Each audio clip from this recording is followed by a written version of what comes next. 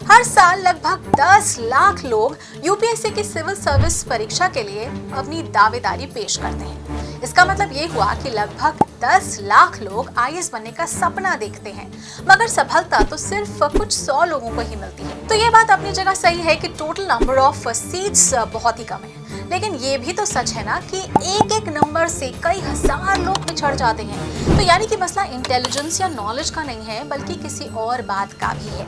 तो दरअसल 99% लोग एक बेहद साधारण लेकिन जरूरी सवाल का जवाब नहीं ढूंढ पाते हैं। वो सवाल जिसका जवाब उन्हें किसी भी परीक्षा में नहीं बल्कि खुद को देना होता है, और वो सवाल ये है कि आखिर उन्हें आईएएस क्यों बनना है।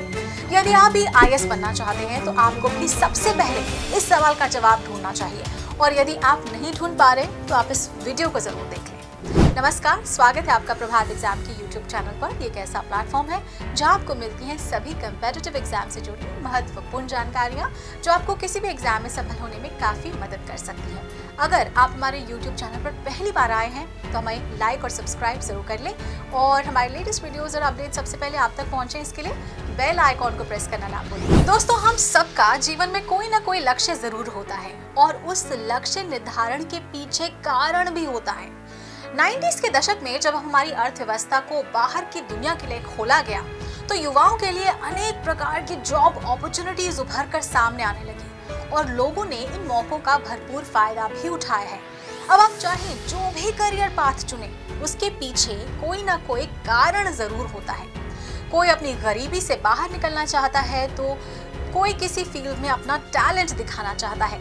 इसी तरह जब कोई ये फैसला करता है कि उसे आईएएस बनना है तो उसके पीछे भी कोई ना कोई कारण जरूर होता है। इसके पीछे सबसे बड़ा कारण ये है कि ये केवल एक नौकरी वाली प्रोफाइल नहीं है, बल्कि एक तरह की जिम्मेदारी है, और वास्तव में इनके कर्तव्यों को निभाने के लिए आपको सक्षम होना चाहिए। उसके द्वारा चुने गए क्षेत्र के अनुसार अपनी जिम्मेदारी का वहन करना होता है। लेकिन उनका मुख्य उद्देश्य या मकसद सामाजिक सुधार और विकास है। यह एक समाज के रूप में, लोगों के समूह में, स्कूल आदि के विकास के रूप में हो सकता है। एक आईएएस अधिकारी चुने हुए एक निश्चित क्षेत्र के विकास के लिए नए नियम भी बना सकते हैं। अब मान लीजिए कि आपको लगता है कि आपके नजदीक कोई स्कूल होना चाहिए, तो आप सरकार को सुझाव दे सकते हैं, और इससे आप लोगों की मदद कर सकते हैं। इसी तरह जिस क्षेत्र में आपकी नियुक्ति होती है, यह उस क्षेत्र पर निर्भर करता है। यदि ये एक सार्वजनिक क्षेत्र है तो आपको सामाजिक कार्यों का अवसर मिलेगा, जबकि यदि आप किसी केंद्रीय स्तर पर हैं तो आपको सरकार के साथ नए नियम और नीतियां बनाने में सरकार के साथ काम करने का अवसर मिलेगा।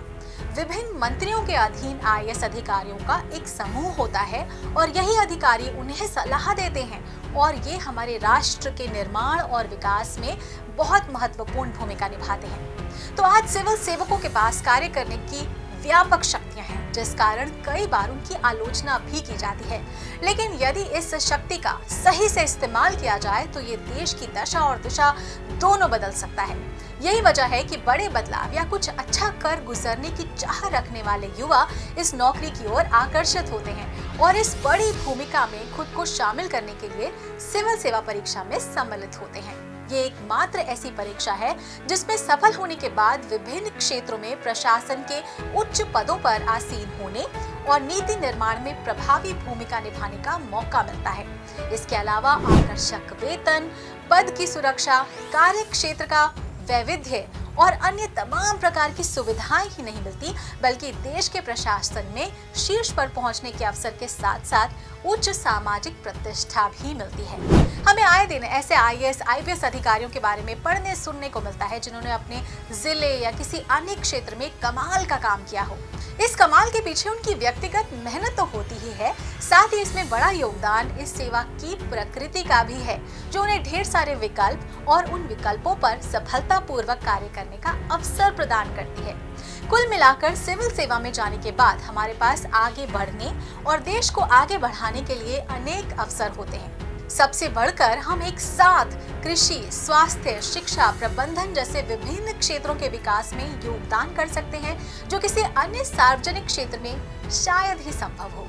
तो दोस्तों, अगर आपको हमारा वीडियो पसंद आया हो तो अपने फ्रेंड्स के साथ भी इसे ज़रूर शेयर कर लें। और अगर आपके पास हमारे लिए कोई सवाल या सजेशन है तो कमेंट बॉक्स में लिखकर हमें ज़रूर बता दें। तो जल्द ही आपसे फिर मुलाकात होगी एक नए टॉपिक पर एक नए वीडियो के साथ। देखते रहिए प्रभात एग्जाम। नमस्कार।